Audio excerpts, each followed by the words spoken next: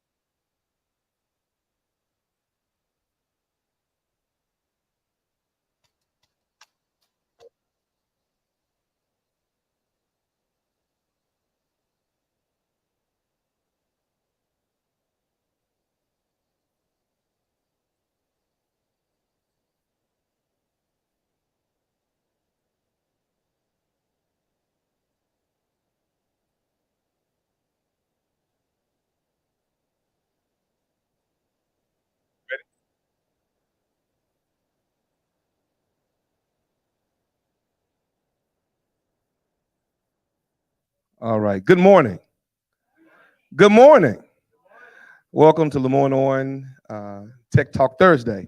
We do this every fourth Thursday of the month, and it's on this Black History Month. I'm extremely excited about the fact that we have women in tech, Black women in tech, who lead this city in every aspect, from utility to county to city to entrepreneurship. And I can't wait for you, those who also are streaming, to meet them and to hear from them and their journey. And so we do these tech talks just to inform the students, inform everyone on the campus what's going on, to enlighten this campus about what's happening in tech all over the country. And so we try to do our best to keep it 21st century. And so, as many of you know, in city and county government, how tough that can be, keeping up with government, keeping up with business. So we try to move the campus at the speed of business as much as we possibly can. But I'm not going to talk anymore. But thanks for coming. Thanks for those on Streamland for being here, and get ready to have a great time and have a great discussion with these strong women of color. Now we'll have our president welcome you to the campus.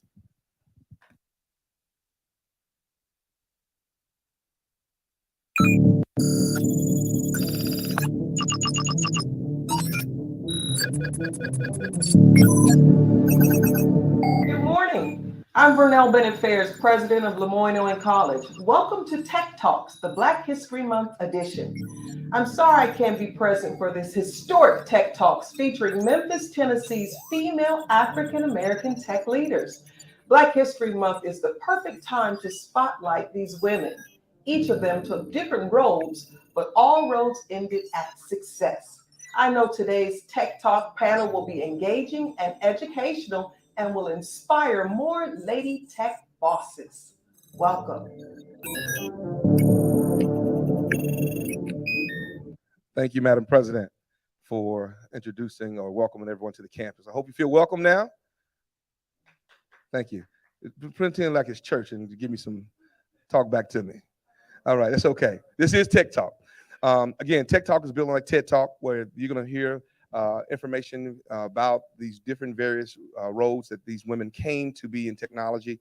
I know some of them have been knowing them years, some I've just met, but their story is genuine. Being a technologist for almost 30 years, when I first walked into a technology room, it was just me as a Black male 30 years ago. Then maybe a few years later, it was another person looked like me, another brother. It was until years later I found Black women in leadership and in being in those rooms, and I'm so proud that the city, the county, the utility, this particular city is being led by Black women. And so, without further ado, I'm going to introduce one of them to you, who's actually one of our own, Dr. Denise Farabee. She is one of the most powerful, most brilliant people I've ever met, and she has a PhD in cybersecurity, one of the few Black women in the country that have one. She's now going to present about cybersecurity in the Cybersecurity Center.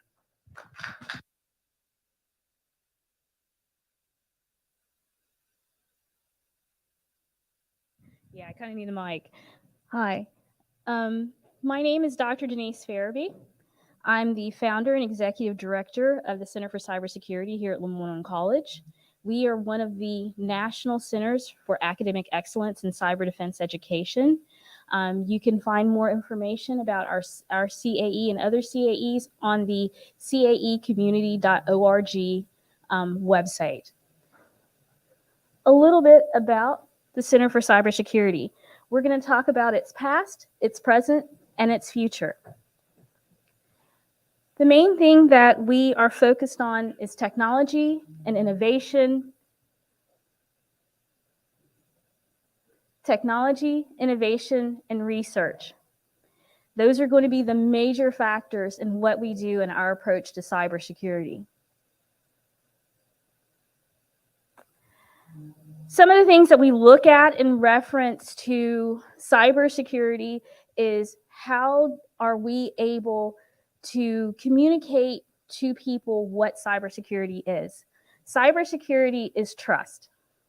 It's your ability to trust the technology to function the way that it's supposed to without giving your information away where it's used against you. One of the areas that we look at, one of the areas that we're currently looking at in reference to cybersecurity is in reference to cybersecurity education and how we can use technologies such as augmented and virtual reality. We are currently doing research in how to use immersive learning to teach students about bias. You can read a piece of paper about a situation, and all you see is the piece of paper. Being able to immerse yourself into the environment should give you a better perspective on how people react to one another and some of those nuanced communications that you typically don't see. Okay? And other things that we do in reference to technology and innovation here is we also look at video game design. There's a huge aspect of cybersecurity that deals with game theory. That's where you have your adversaries and then your people that are trying to protect. But at the moment, what we're looking at is we're looking at how to teach students about programming. There's a whole area in industry. Did you know that, I think it was like last week or the week before last, one of the newest categories for Grammy, for the Grammy nominations, happens to be the best score or soundtrack, best score soundtrack for video games and other interactive media. Students coming here to LOC will get a chance to learn these things. They will get a chance to participate in these areas and not only learning about video games, learning about how to design video games, but they'll also learn about the video game industry and potentially be able to get internships and jobs in these areas. Currently, we partner with two other areas here at LOC. That is our, can you please go back? Can we please go back one slide? Thank you. That is our music production area. And then also we partner with computer graphics. As you can see, there are a number of different games that were nominated this year alone in reference to their soundtracks. Okay, next slide. In the course of this effort, students learn how to use Unity, Unreal, Blender, Swift, Android Studio, and the Cree engine. These are all things that we use here in reference to computer game design. Not only do they learn how to do it on a 2D, but they learn how to do it 3D and also through virtual reality. Next.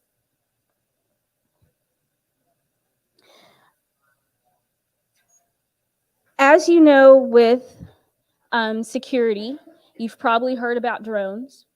How many of you all have heard about drones? You're probably like, well, what does that have to do with security? Well, drones are used in commerce. Robots are used in commerce, but robots and drones are also used for security purposes. And some of the drones and robots that we have here, we have like the Hexa Vincross, where we teach our students how to program these drones. These robots. These robots have the ability to see, understand distance, understand sound, be able to detect color. There's a number of different sensors and technologies that are here that we actually teach our students how to code in order to make these devices function. We also have various UAVs, and one of our examples is a Lynx Motion Hunter VTEL 500. These are going to be some of the ones that we're going to use within our classroom, among others, so that we can teach our students about how to fly drones, vector math, and also being able to do drone swarms, so that we can teach them how to use AI and actually control. AI actually stands for artificial intelligence, and actually control the drone swarms themselves, so that we can actually get them to act similar to swarms such as bees. Okay. We also do a lot of cybersecurity research here, as I said before.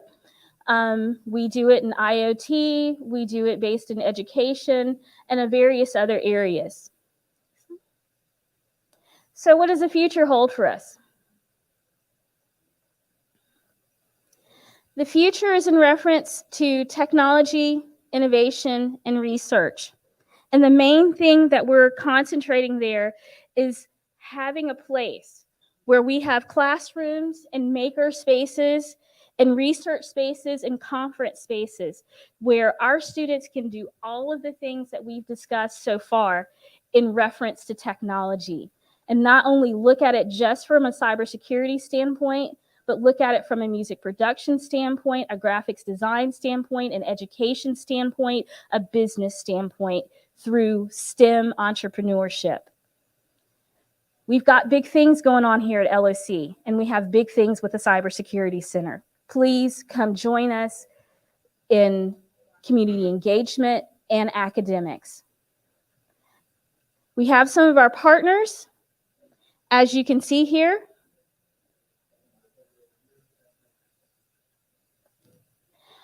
We've got Dr. Zena Parker, she's our assistant director. Dr. Jerome Blakemore, he's a research collaborator. Dr. Ashley Davis, who works with us from music production and collaboration and game design.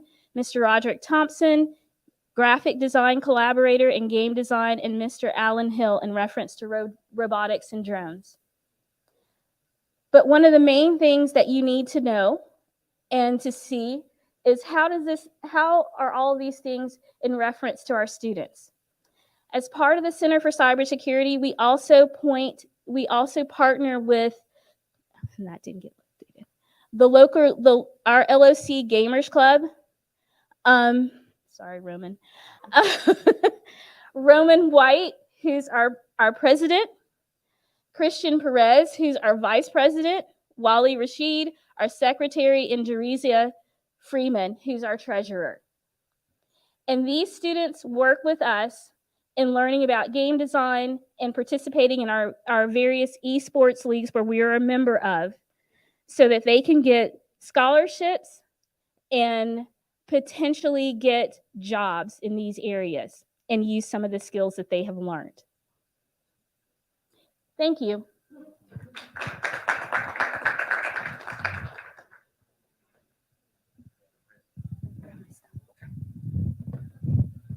Thank you, Dr. Farabee. Let's give her another hand. Good. Roman is in the room. I want y'all to see Roman. Roman, stand up and let them see you that you are. Yeah. Amen. I wanted him to just be seen. He's our president of our Gamers Club. We actually are partnering with HBC Direct and the Black College Collegiate Gamers Association, where we're able to now, we just got a lot of PlayStation and Sony equipment in. A lot. So they're going to be able to now put right into what Dr. Farabee is talking about, right into action. So I can't wait. Thank you, Dr. Farabee. We're going to move quickly now to the main event of the hour, but I want to give you the intent of this. One of the reasons during Black History Month, I wanted to make sure we showcase Black women is because one of the things that is growing in this country and around the nation and around the world is the fact that cybersecurity and IT jobs are plentiful. But guess what? It's not. The laborers. I'm sorry, I had to put a little preaching in there. But we had to make sure that you saw women of color, particularly Black women, who are leading the effort in making sure that technology is around this particular city and around this country. So as we think about Tech Talk, the whole purpose of this particular one is to showcase Black women and the power that they have in this particular city when it comes to technology. Right now, there are over 500,000 jobs in cybersecurity that are not being fulfilled. There are over, I think globally it's over 1.2 million that are not being fulfilled in cybersecurity and IT. So the field is wide open. But the main thing I wanted you to hear too is from these women, only one or two of them started in technology. They started from somewhere else and came to technology and made it a career. And so you don't have to be an IT major in STEM necessarily, but you can be in humanities. So you can write policy around cybersecurity. You can do other things in education where you can become an instructional designer, like Ms. Moore. But the thing that I want you to see is to say how powerful they are together and being able to now to see the things that you can do and the roads you can take is plentiful and is diverse roads to getting into cybersecurity and technology. All right. So I'm going to introduce the moderator. I talk more than I should have. I'm not a Black woman, so it was supposed to be about them. That part, Ms. Money. So, but I'm going to make sure I bring up the moderator, and she's a powerful person. So she is a graduate of Howard University. She is one of our lead IC support, along with Mr. Turner in the back, and working for an organization. She has 10 years in IT, and she's worked for several Fortune 500 companies, including Target and Apple, Bank of America. She's a member of Delta Sigma Theta.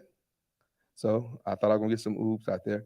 But she's also a pastor at the Church of the Well with my good friend, Pastor Moore. And she's a mother of Mila and twins, Levi and Leah.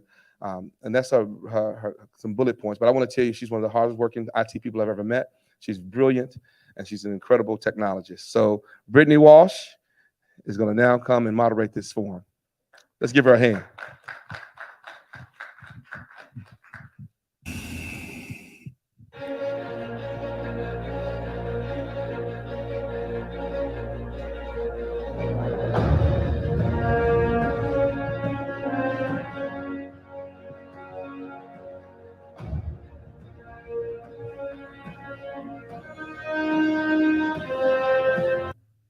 Mrs. Sandra Jeffries Perry, Mrs. Vicky Price,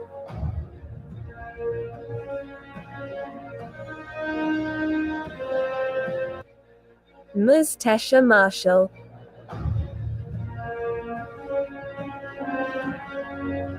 Ms. Wendy Harris, Ms. Alanders Dobbins,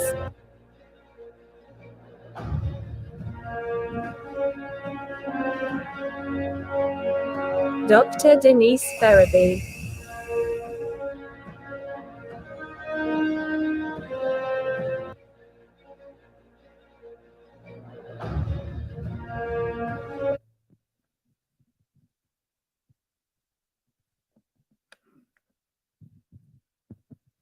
Hello, I will be introducing our panelists this evening. First, we have Ms. Sandra Jeffries Perry. She is the Chief Information Officer for the Shelby County government. She is a proud Memphian, graduating from Melrose High School. She holds a Master's of Science in Information Technology and Management and a Bachelor of Science in Engineering Technology Computer Systems.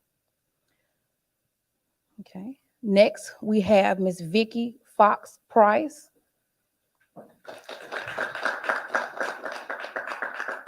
She is a proud Memphian, a graduate from Northside High School with honors. She received her BA with a concentration in accounting from Christian Brothers University. Her MBA is in management from Strayer University.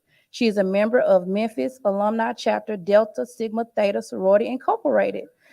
Miss Vicky is an employee of Memphis Light Gas and Water Division, where she's for the last 20 years, she has been the supervisor of data processing and system security and compliance area. Next, I will introduce Ms. Tasia Marshall. Ms. Tasia Marshall is a native Memphian and serves as the executive IT support for ALSAC St. Jude Children's Research Hospital. She is a proud graduate of the LeMoyne-Owen College, Memphis's HBCU, and has obtained degrees in business, public administration, education, is currently obtaining a degree in computer information systems and engineering management. She is a Alpha Epsilon inductee of the Delta Sigma Theta and Sorority Incorporated, and the leader of the technology team for the Shelby County Alumni Chapter. Next, I'll be introducing Miss Wendy Harris.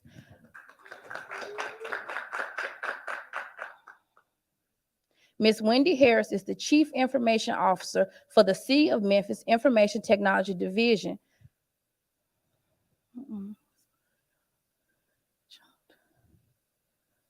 Ms. Wendy received her BA degree in psychology and a minor in sociology from the University of Memphis. She is a member of the Project Management Institute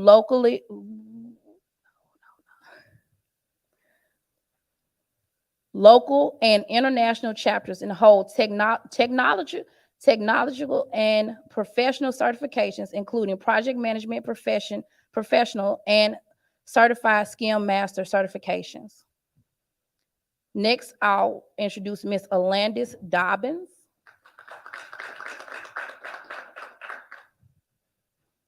Ms. Dobbins is the founder and owner of Oteca Technologies, a low voltage cabling, security camera, and IT company. Currently, Ms. Alandis is building Oteca's Technologies with her children, which is 40 employees. And now I'll introduce our MC for tonight, Miss Brandy Walsh. Y'all, let's give Miss Timmons a round of applause. This is a student, and it takes a lot of courage to be able to come and to introduce people that you're not familiar with. So I'm very proud of her. She's also one of our work study students. So I'm just very excited that our students not only get a chance to help us during our everyday, but they get a chance to participate in some of these amazing activities. But again, I've been introduced several times, so I want to introduce myself again. My name is Brittany Walsh. I work here at LeMoyne-Owen in the IT department. Give it up because we help everything run. And I am so excited to be moderating our tech talk for today, which features Black women in leadership for Black History Month. So I want to make this a little bit interactive. I know it's not that many of us in here, but there are some people online. So what I want you guys to do is we're actually live streaming on Facebook. So while we kind of like break into our session, I want you guys to go to Facebook and go to LeMoyne-Owen's page. And then I want you to share the stream because this is going to be a great talk. This is going to be amazing for not just us who are already in the industry, but also for some of our girls and for some of our teens and our college students who are still decided. So if you would go ahead and share that for me. So you all have seen these magnificent ladies introduced several times. I've said it's kind of like the Avengers, especially with all of the video footage that has gone forward. But I am going to start. You guys have mics? Okay, perfect. Okay, so I am going to start and just kick us off. I want us each to introduce ourselves again. Just give us your name, tell us your role so that we can put your, name and your role together. But then I also want you to give us what you think is your Black girl superpower that you bring to either your job or your industry or the industry or your company. So anybody can start. Okay, I'll take that. My name is Alandis Dobbins, as they said. Otika Technologies is my company. Otika means strong in a South African dialect. It also in Sanskrit means princess. No, it means sunny in Sanskrit. I found out when I put the name out there and people came to me. And in the Cherokee language, it means princess. So I like to tell people I'm the strong, sunshiny princess.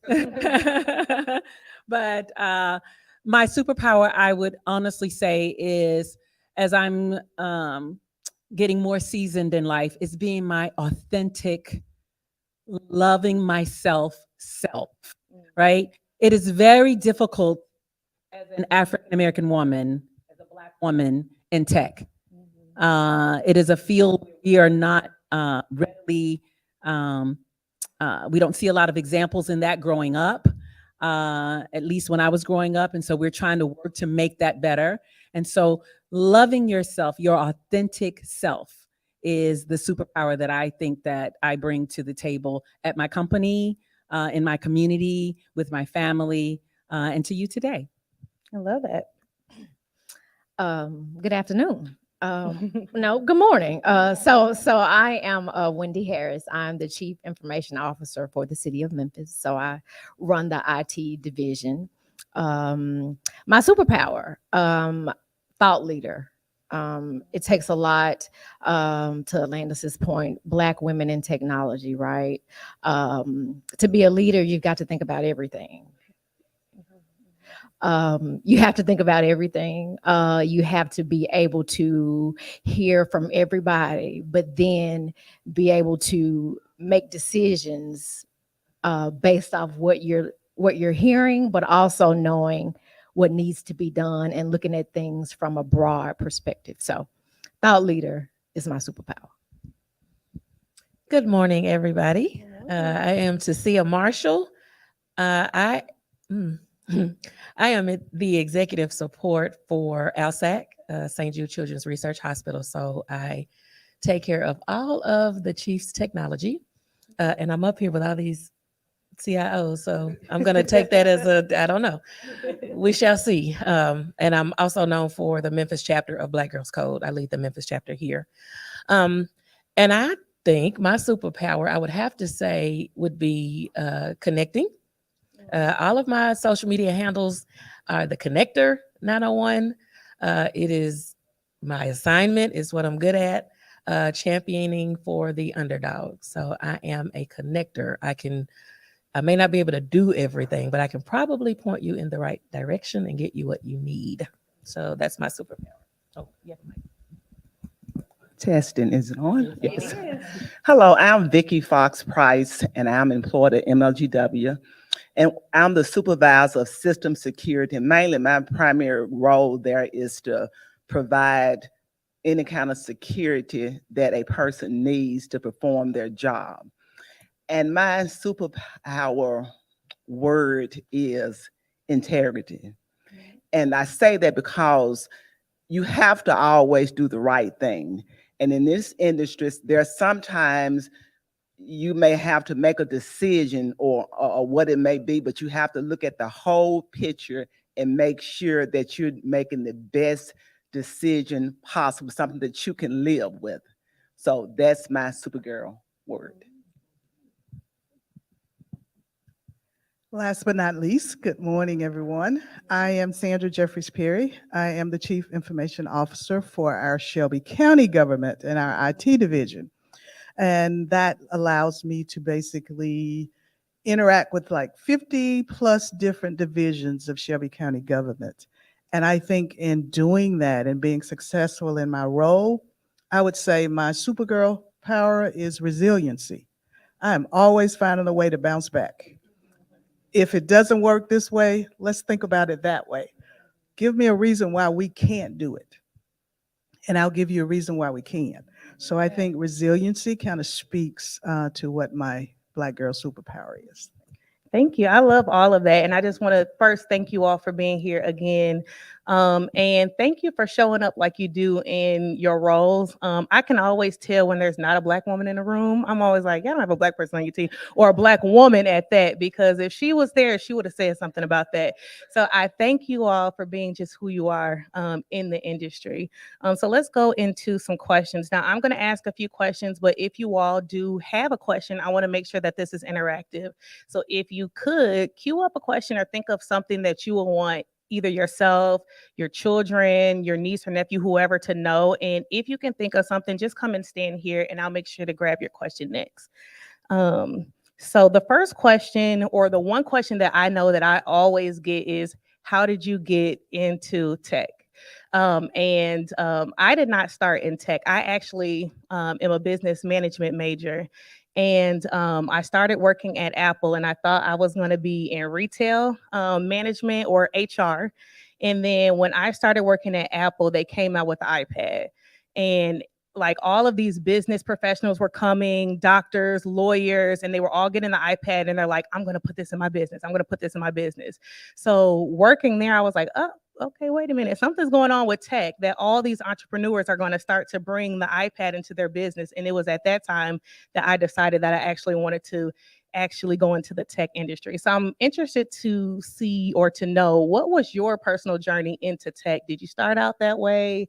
Or, were you intending to go, or did you just kind of fall into it? Okay, I'll start off. I started off in accounting at like gas and water. I'm sorry, in the accounting department. Then I went to the internal audit department. And I was fortunate enough to perform several audits within the information services division. And the VP, the former VP, when I got hired in the information services department, asked me, well, Vicki, do you think you may want to see what we do over here in this arena?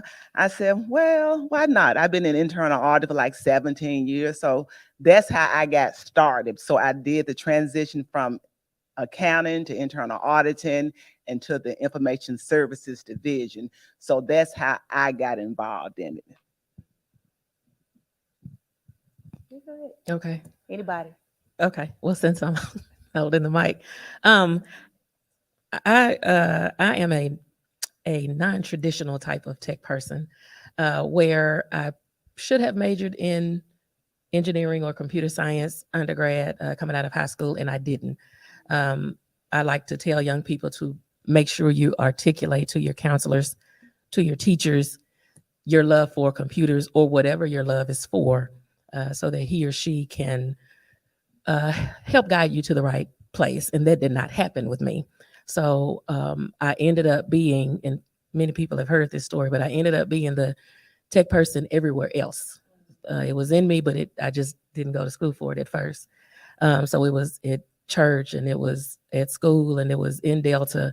And then I started volunteering for Black Girls Code, actually. And that's kind of how I got deep into it. So I got all of that experience.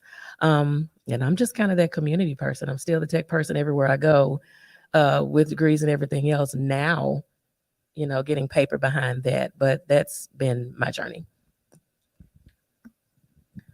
I think for me, it was not really like, okay, I'm in college, what am I thinking about doing or something like that, or it transitioned from high school. My love for numbers and math was the intriguing problem-solving part of me that actually took me into the hardware side of the technical space. And I know that most people think, when you think about technology, computers, being a female, you're supposed to be a coder. No, I was the hands-on person. I wanted to take it apart. I wanted to put it back together again. So for me, it was computer systems on the hardware side of the house, because I love touching it. I love the number aspects, ones and zeros, the logic, the math. So that was the foundation for me, that it just really attracted me to it. And also, I think that when we look at that, it's just a large puzzle. And that's how I see it. And we're always putting that puzzle together to create something. So that fascination with numbers and puzzles, those were kind of like things that really intrigued me. So that kind of helped me to launch into. So for me, my degree is in psychology. So I've done with a minor in sociology. So I know people, right? So that's important. So I ventured into different things. I did not continue to pursue psychology. I went into HR, staffing, customer service, and my actual first IT job, and Charles knows, Joe Sanders, I was the executive administrative assistant for a VP in IT. So I met a lot of great guys. As I think back, there were really no women in those VP and senior manager positions. Anyway, in 2009, I ended up at the city as a contractor back with an old manager. I started out as a project coordinator. And I just soaked up everything that I could. And so I went from project manager to director of project management to operations manager to deputy CIO. So it worked for me. It was a good fit. I liked it, and I just was determined to keep doing it. And so that's why I'm in the seat that I am in now. For me, and you've heard all the different stories, I grew up in a household with an entrepreneur. George Dobbins was my father. He died about 16 years ago. But I was a daddy's girl, and he told me you could do anything you wanted to do. And that doesn't matter what color you are, how old you are, if you're a male or female, you can do whatever you want to do if you put your mind to it. Before he passed, he built his third business, which was a telecommunication business. And we were an Avaya business partner, which is, you've heard of Bell South or AT&T. Avaya was part of AT&T and Bell South. So that's how I learned this industry, through that route. When he passed, I had to step away. I couldn't do it. I couldn't keep the business running. I was in my 30s at that time. So I stepped away, did some other things, helped grow minority women-owned business. And then one day I woke up when this administration came and said I could get back to doing this again. I knew it would be hard. I wasn't with my father anymore. But they had always told me, my parents, that I could do what I wanted to. Reginald Edwards, who's sitting in the audience, knows my parents and knew my dad. So you know what I'm saying is true. And so you have to have people around you. I'm saying all this to say, it doesn't matter where you're coming from to do this. You just have to believe in yourself and have people around you who believe in you. It was that belief from my mother and father that told me I could start a business in a city that is very difficult to start a business in, as a Black person particularly. And it takes a lot of prayer, a lot of hard days, and going home and being resilient and using all the superpowers to do that. And so my path was that. And when I came back to the business, telecom had changed so much, which is what I knew the most about, but it had changed so much that it wasn't lucrative anymore. It didn't make money. So I said, well, what's the part that is there? And it's the stability, the backbone of doing the cabling. So we do cabling, security cameras, and access control. Well, Memphis right now, who doesn't need security cameras in Memphis, Tennessee, right? So you find a niche, you find a need, and then you fill it. The other thing I want to say, I just got off the road from Nashville. There's a gentleman in Memphis, Mecca Igweke, who does Code Crew. Code Crew takes people through a 6-month journey. You can start, he told the story where I just left him yesterday, where a young lady was working at Walgreens part-time with 3 children, making $16,000 a year. He took her through the 6 months of Code Crew, and now she had a choice of 3 jobs making $55,000 a year. So technology is a place where you can make a decent living and change the trajectory of your life and your family's life. And single moms, men, whomever, Memphis is one of the most impoverished cities in our country. We've got to change the trajectory of our lives. And why not become the tech capital? Why not use our ability as a community to make technology something where we can really change that trajectory of poverty to one of a cities where a lot of people want to come to. So just wanted to throw that out since I had the mic. No, thank you for throwing that out there. I think one thing that I picked up off of how everyone started is that no one really went into school saying, I want to go into computer sciences or, in that industry. So I think it's just a testament to tech is one of those industries that you can insert yourself at whatever point that you're in. And I always, tell people whatever you're good at, just add tech to that and then go there. If you're a teacher, add, education, tech, and go to that field, right? But I also just think that why I wanted you guys to share this on Facebook. I'm a parent as well. I have a 13-year-old. I have two 6-year-old twins. No one really told, I think, a lot of the Black girls on this stage that we could go into computer sciences, and it's not something that you're going to be able to tell somebody as a senior and that they're going to really, be able to feel comfortable diving right into. So we have to teach girls very young that this is something that you can get into, or at least expose them to that, so that when it comes back around, they're not nervous or scared to, jump into the industry feet first. So thank you guys for that. I'm going to actually skip down to the question about HBCUs for you guys in the back. But the question that I have, I know that we have some folks who attended HBCUs. We have some Greeks on the stage. We had Dr. Farabee who, left, but she teaches at a HBCU. I want to ask you guys, what do you think, or do you think that your tenure in school, at least at a HBCU, prepared you for the field? And what do you think our HBCUs need to do to better prepare Black men and women for the tech industry? I know that was a loaded question. Well, I've got the mic. I'll go ahead and start us off. I did not go to an HBCU, but my parents both went to HBCUs. And so what I do know from HBCUs, my dad got a scholarship. He worked in the field. So did my mom, picking cotton in Mississippi. And he got a scholarship playing football to go to the school that he went to. It was Mississippi Industrial. And he got hurt his freshman year.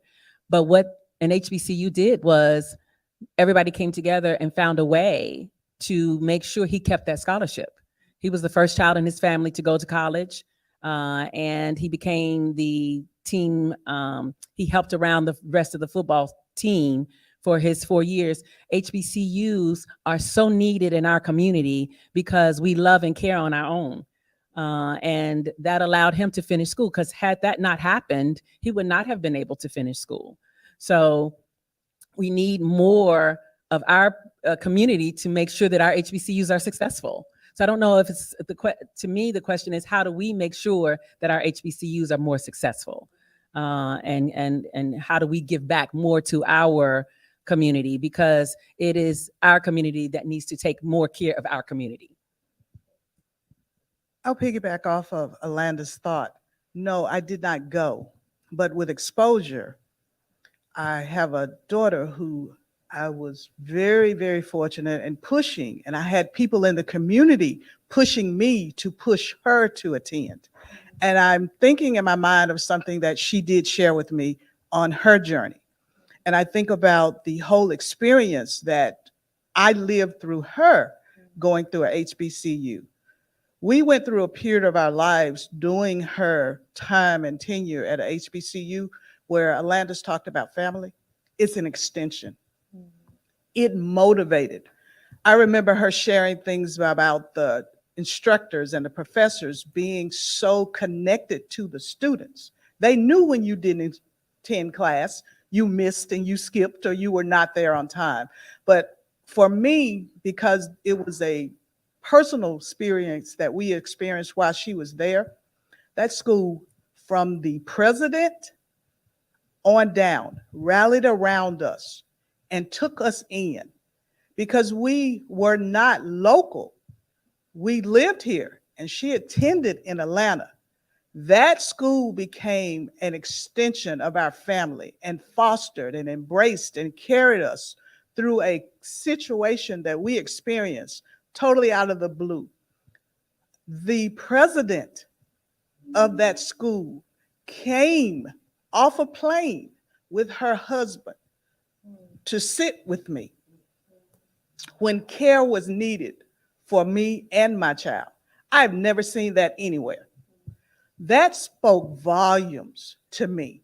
And I've had an opportunity to be a bonus mom to someone who attended and graduated from LeMoyne. That further exposed me. So to what Alandis is saying, it takes that village and that community. And I can honestly say, I have seen it, even though I didn't attend, I have seen it. And it is very valuable. It's needed. So the community needs to support that and embrace that because there is so much value there.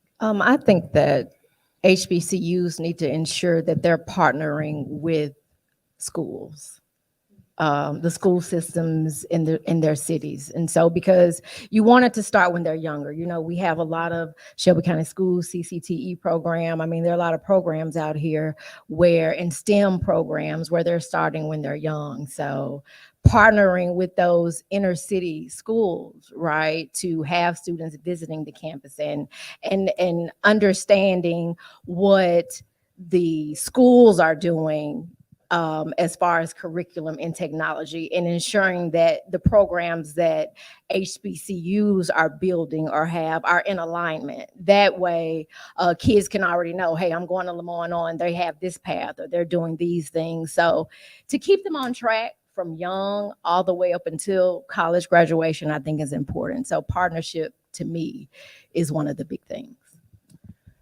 Well, I'm going to deviate just a tad from what everybody else stated. I did go to, I guess you can call that, I went to Shelby State way back in the day when it was called. That's telling my age. That's telling my age a little. But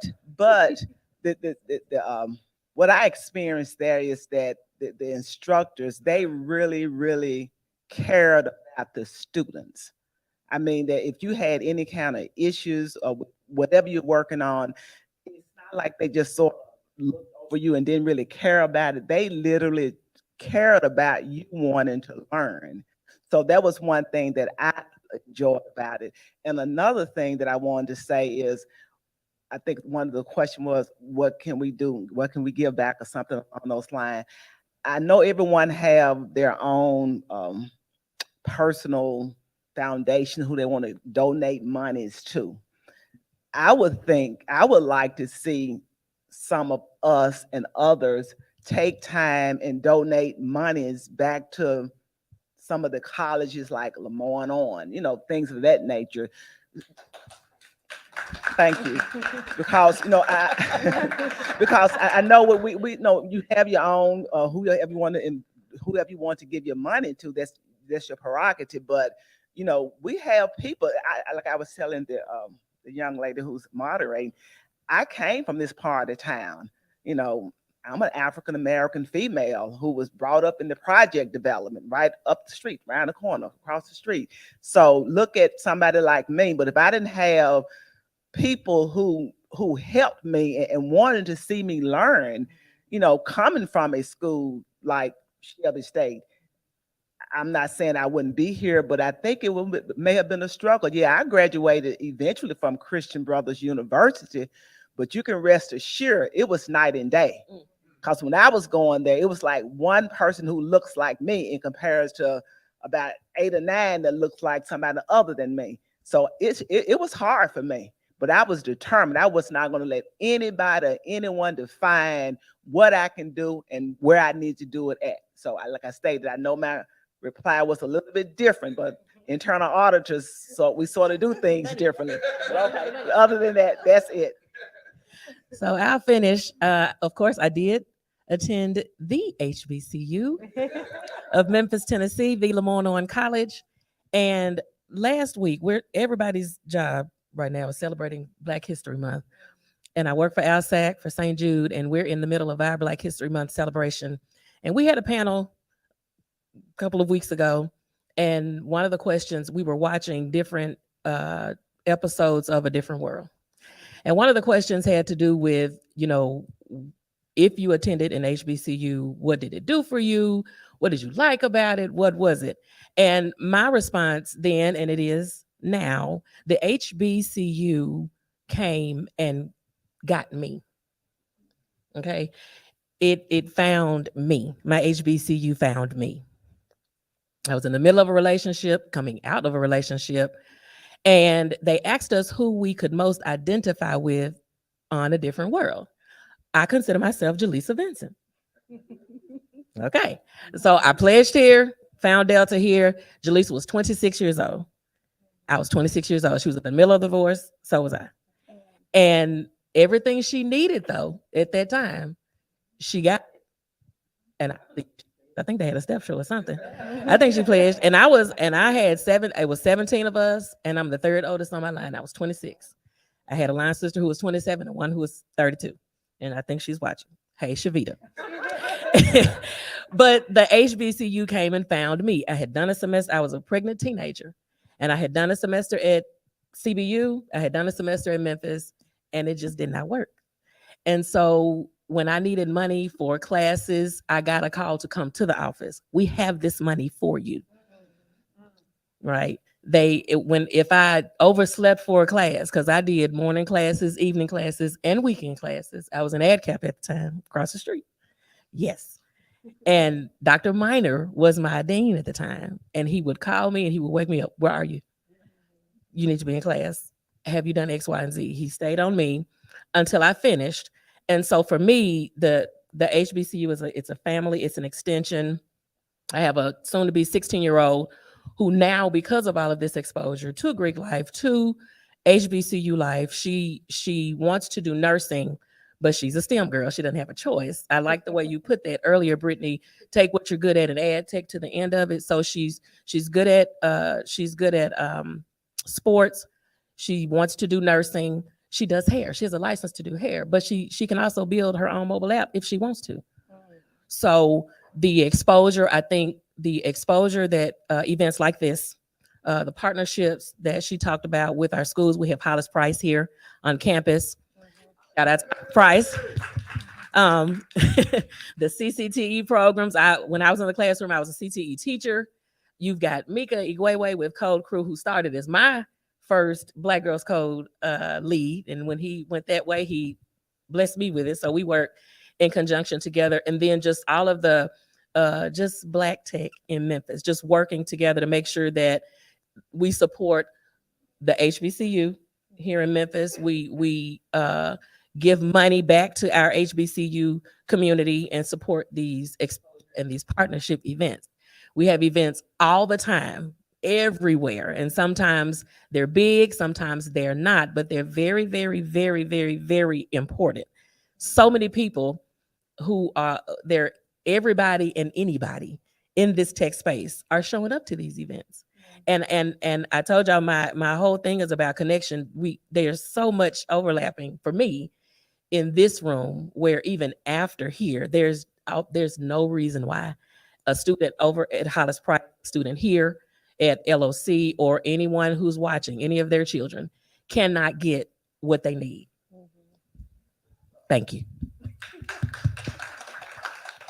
Thank you all for your answers. So I think that what I took away from that is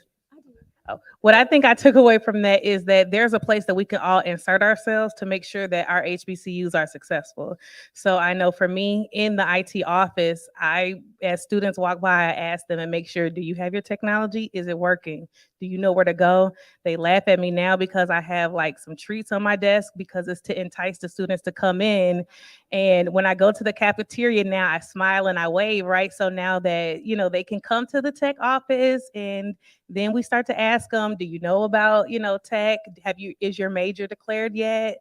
Do you want some information? Let me connect you, with our cybersecurity.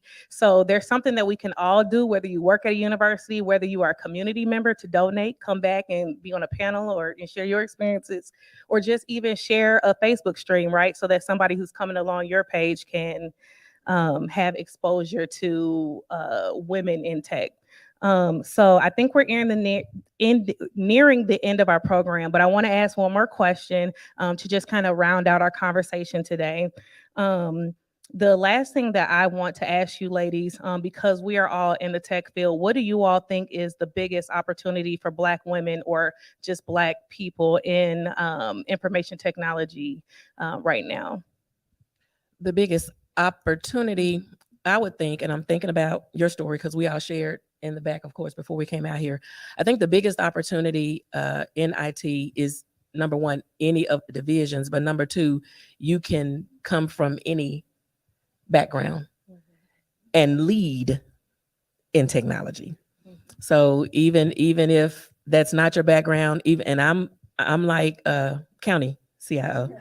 I like hardware and touching stuff, but I also code. Like, I'm the person who likes to do everything. But you can lead, and not necessarily in whatever your area of expertise was or is. But I think the biggest opportunity, and this is because I'm now experiencing it, where I work in other organizations where I may not have had years of experience in software engineering or in whatever over here, but I'm being asked to lead in projects. So I think because we are the number one most underrepresented group in technology, it's available for us. The doors will open, the limos will pull up. I think we can just pretty much do what we want to do. Okay, I'll go next. Pretty much piggyback off what she said, but again, I'm an auditor, quote unquote. I go from a different angle. Two of the biggest things I would want to say is that do not let anybody define who you are and where you can or cannot go. If you don't take anything out and say it on this panel, do not let anyone define who you are or where you can go. Yes, we are African-American females, and for the most part, the industry in the IT world is mainly male. Do we agree, ladies? Yes, white men, white males. But you have a good example. Look at us. We did it, so don't think that you can't do it. And the second most important thing I would like to leave with everyone, when you get into the ISIT technology arena, and once you start climbing that ladder, reach back and help someone else, especially if that person is qualified. Now, sometimes we as African-American people, we don't do that as often as I think we should. So I'm not stepping on anyone's toe, but it's a reality. And if you guys think about it and be honest to yourself, I think everyone on this panel can agree with me. So two things: don't let anyone define you or where you want to go or what you want to be. And when you climb that corporate ladder, you reach back and you pull up somebody's bootstrap that's qualified. Thank you. So opportunity. You heard me say that I worked in different areas within IT, right? So you can do anything within IT, whether it's code or lead or manage or software development. But it's important that you know that you have to build relationships along the way. Sometimes in the tech field, people get an A in a course and they do great in their role, but all they see is what they do. You can't grow into different opportunities unless you are humble, you're willing to learn from others, you find some type of mentorship, right? It's not all about the book, and knowing you have to be able to build those great relationships in order to open any door within IT. Those are all great. And I think for me, when I think about opportunity is something that sometimes you have to create it. I remember as I'm listening to the other guests on the panel, when I moved from the technical side of IT into the leadership role of IT, I was told, you're not ready. That could have stopped me dead in my tracks. But then I challenged myself and I challenged that person and said, if I'm not ready, what are you willing to do to help me be ready? So you have to seek the opportunity. Don't wait on the opportunity. That's one thing that I think us as a community, and especially us being women, I had a session just this week where we were applauded because the city of Memphis and Shelby County has the largest population of women leadership in IT, which is represented here. So to hear that, and this person was not even a local, this person was from another city and state. And to be able to speak proudly to say that city of Memphis, Shelby County has female, African-American female in leadership seats, that's an awesome responsibility. We applaud it, but with it comes to make sure that we open the doors. They need to see us. They need to hear our stories, understand our journeys, know the challenges which created the opportunities. No is just a stepping stone to making you resilient, to make it a yes. So you have to envision it. You have to make it personal, and you really have to go after it. Don't wait. Network, connect, mentor, coach, build your brand, and it'll take you to the next level. Amen, sister. Look, I don't know if I have anything else to say following that. But in closing us out, last comments, really believe in yourself. I mean, people are starting to ask, if you could go back and talk to your younger self, what would you tell her? What would you tell him? When those people are around you and telling you what you can't do, you better go home that night, shake that off their shoulders, look yourself in the mirror and tell you what you can do. Because if it is to be done, it's got to be up to yourself in life. I'm a single mom, doing what I do, raising those children. And when I lost my dad, I thought I couldn't. You got to believe in yourself. And you got to have faith. We didn't mention that yet. Although I know all of these women, these beautiful women, these chiefs and leaders on this stage, you got to have faith. Because if you put your foot out one step, I'm telling you, your angels and God will take the next step. You got to have faith.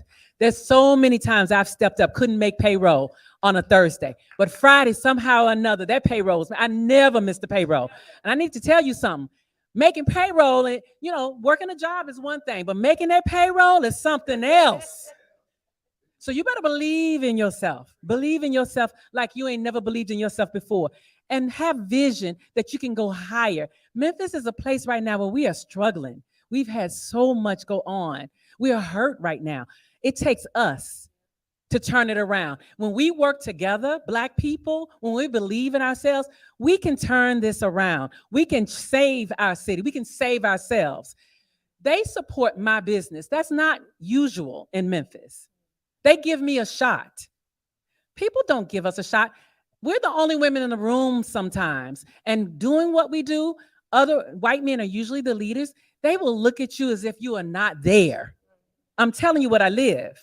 So you got to know that you are there, and you got to make them know that you are there.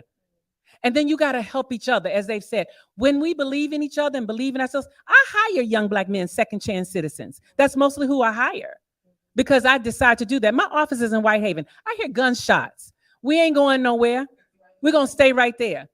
We clean up around my office, right? Because it's the people dropping stuff all the time. I notice now everybody else is starting to clean up around their office, right? So it's going to take us to save us, right? So I'm saying believe in yourself, have vision, and have mentors. Reach out to us. Reach out to people who believe in you. If you try to reach out to someone and they don't respond, stop that and go to somebody else. Because I've had plenty of mentors who believe in me along the way. They've helped me be where I am. So I'm going to end on that note, to find a mentor and believe in yourself. I don't know about you all, but I will be reaching out to all of you all. I was inspired. Well, no, I was gonna I was gonna say, I was inspired. I know even the things that I heard is that there are opportunities in entrepreneurship and leadership. So Charles, I'm coming for your job.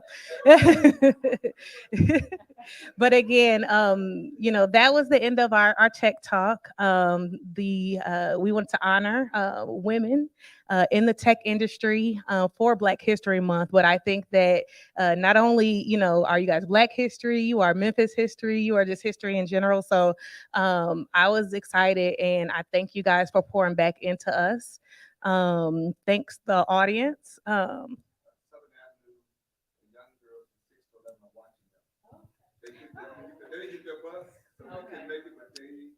Hey, Southern Avenue. We miss you guys, but we're glad that you guys are still tuning in and able to see us online. So we'll give you a wave. Thanks for everyone else who's watching online, to everyone who was able to make it with us here in person. Thanks to the IT department, AV, Marcus, everyone who was able to put this event on, and for coming together to make sure that we are able to hear from these dynamic ladies and that our story was able to be told. Oh, you have a question? Okay, we have one. We're not ending. We have one more question. All right. Check 1, 2. All right. My name is Roman White. I am the president of the Gamers Club at LOC. And I had a question for you, beautiful ladies. And it's also such an amazing thing seeing y'all on Black History Month and seeing the faces of women who are leaders in the tech field. And it's like, it really touched me, because I work at entry level at a job as a engineering technician. And my question was, do you chase the passion or the currency? Because as a entry level and get into the field, a lot of us find ourselves asking that question: is the job worth the pay? Because I asked my boss that, I was like, oh, I want to do your job. You make 100-some K. He was like, well, the stress isn't necessarily worth it. You got to ask yourself, what do you want to do? And so as some leaders right here, I want to know, what do y'all think about that? Start off with that one. Money lady. So your question, let me make sure I understand your question. Do you chase passion or money, based what you're saying? I would think that you have to chase passion. And this is the reason why I say that. I know this is going to sound generic. However, you don't have the passion to want to do something, then you may get into the job and you may not perform as well. Then you won't be able to get the money because you may be terminated or on suspension or things of that nature. So I believe that you would have to chase the passion, and I think the money will come behind it with it. That's my thought. I think you can have both. Because sometimes you can start out something because you're skilled at it and you're good at it. You're going to get paid and you know your worth. But deep down inside, you're not connected to it. So you're not going to stay there. But if you're passionate about it and you know your value and you know your worth, you should be compensated for it. So you can have both. You just got to know how to balance it and where the priority. For me, I put in my bio, imagine loving what you do, where you do it. Because I'm a lifer. I've been in Memphis all my life. I've heard people say, leave, Memphis is going nowhere. I've seen the ebbs and flow of Memphis. Imagine doing what you love, where you love doing it. That's what I give back to the community that I grew up in. So you can have both. Yeah. Okay. So one of the taglines we use at St. Jude and at ALSAC is love, do what you love and love while you do it. I would absolutely say, you said, should you chase passion or currency? You could absolutely have both. Chase the passion. I'm a preacher sometimes. The Bible says your gift will make way for you. Just do the work. If you do the work, your gift will make way. That's almost how I have gotten every single position that I have. Just about. I just do the work. I'm making more money than I have ever had. And I grew up in the hard part of North Memphis. And you've heard some of my story. But you chase the passion and your gift will make way. and people will come to you. You know your worth, you research what you want to do, what you have a passion for, and make sure you're being paid accordingly. But your gift will make way and the money will come to you. And it'll continue to happen. Every time you excel where you are, you continue to chase that passion where you are, you'll have, it's happening to me now. People will come back to find you and pay you on retainer to just help them out because they know what you do well, right? And your gift will make way. It'll come back to you.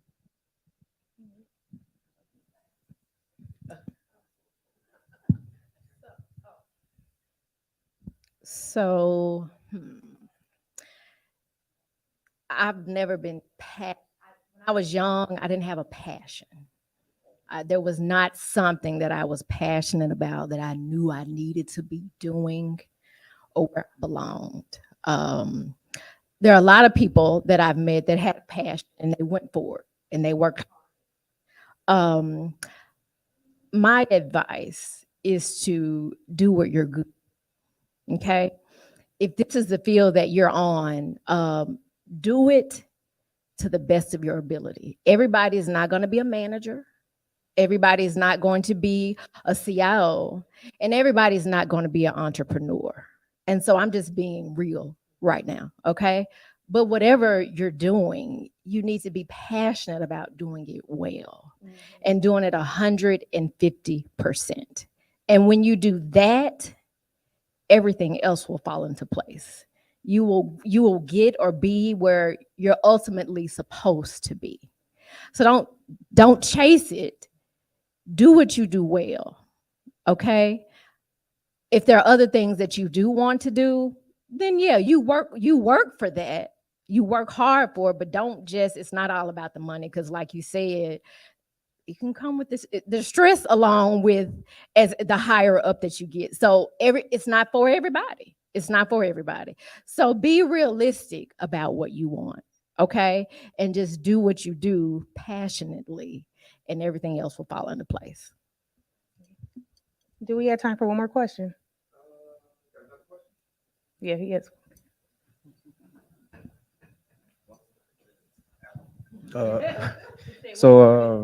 Thank you. I want to start off by expressing my heartfelt gratitude to all the members of the panel who've been here. It's been great hearing from you. But I took a keen interest in Ms. Dobbins, the entrepreneur in the room. I want to know, how have you managed to stay in business, given that technology is constantly changing? As everyone knows, there's always something new around the block that's coming up, something that's trying to disrupt the industry. So how have you first stayed in business, and what are some of the what can I say? I'm looking for the right word. What are some of the growth opportunities you are looking at in your field, which is security? Yeah, CCTV and all that. What are some of the growth opportunities you're looking at in your business? Thank you. I know everybody's talking about Wi-Fi and wireless. Cabling is not going anywhere. We've got to have that hard connection. And so that's always going to be in place for some time. So that is the reason that I chose this versus looking at telecom. I didn't really want to have the mic to answer your question because I'm going to go for the currency. But what it does, though, it allows me, as we grow, to be able to hire young people and pay people what they are worth. And so that's missing, where in our community, we are paid what we are worth. And, when we started this company, I paid people $15 an hour as a starting salary. And I decided as an owner, that's what I was going to do. Right? And we gave people dental, vision, all of the benefits, a 401k. As a small company, I decided that's what I was going to do. Right? And so because I had learned this industry, and it is an ever evolving industry. So we keep our people certified. We send them to classes out of town. They come to the office to sit down for classing. You think cabling may not be that intricate in security cameras. It really is. particularly the security cameras and the access control. It's evolving. And so we make sure we get the certifications. Big C is the standard in our industry, so we make sure we get those certifications. But as an owner, staying ahead, making sure you believe in your people and give them shots when other companies didn't. That's what we're able to do. And the right people are very faithful as a result. This is a blue collar cabling in many ways is blue collar. And so you have a lot of turnaround. But I have gentlemen who are there, we're 6 years old. Some have been there 5, some have been there 4, and they're saying, you know, Tika for life, right? So this allows you that latitude to create what you want for your community. So you can have the passion and you can have the currency and you can create, you know, your own. They had a term that was out was social entrepreneurship. You know, I want to push entrepreneurship in the tech field because it allows you, when you have advocates and people who understand, it allows you the ability to give back to your community and give people shots that normally don't have shots, who treat people with respect when other places they're not treated with respect. And as you grow through life and matriculate, you will face those kinds of situations, and you'll remember us telling you to believe in yourself, to have that faith in yourself so that you can weather those storms and never give up. So classes, certifications, go for the currency. You gotta have one on there that says that, right? Okay, so again, thank you guys for attending our Tech Talk. Charles, do you want to say anything before we end? Yes, of course. Again, I didn't introduce myself early on. I'm Charles Elliott. I'm the Vice President of Technology and actually operations for the college. And I just, you know, Vicky, I think the only one I had not talked to, but I've been knowing Landis, and I watched Wendy, and I'm so glad you got that role, just so you know. And because I watched it, being the P, I was there when you were the project coordinator. And of course, to see she's been our Tech Talk. She mixed and make who has. And Vicky, I thank you for stepping in for Lachelle. And we got more for y'all to do with the other colleagues. And of course, Sandra, she mentioned her daughter. That's how, you know, we first got to talking to Devaney. So it is a pleasure for me to see this. And you ask questions. I've learned from each one of them and how they've rolled and how they've done things and how they continue. Because I know how it is for me as a CIO. It's got to be a lot harder for them. So I can imagine and then when a black man walk into the room, they still don't want to pay you the same amount. I can only imagine what is, you know, what you know, because you think about what they are and what they do in the rate. So I'm looking forward to working with them in the future. You know, there's something out there, so make sure you. Okay, all right. So make sure we do that. And so it's good to know that they're here. Thank you. Let me give Brenda a hand. She just started with us a few months ago. She's hit the ground running. I'm so proud of her. So that's when she started asking questions. Yeah, I want to break that conversation up. Because she ain't going nowhere. No. I got to raise the price. No, just kidding. But thank all of you for being here. Thank you, Brittany, for being here. Thanks, Marcus. And Gavin's in the back. He can wave his hand, who's on our AV. It's been an incredible pleasure. This has been incredible. This is a historical for us as a college for having all of you here and speaking truth to power and just making sure it works. Thank you. Anything else? Thank you. All right, give him a hand. Can we give him a hand? Thank you, Hollis Price. All right. Yeah.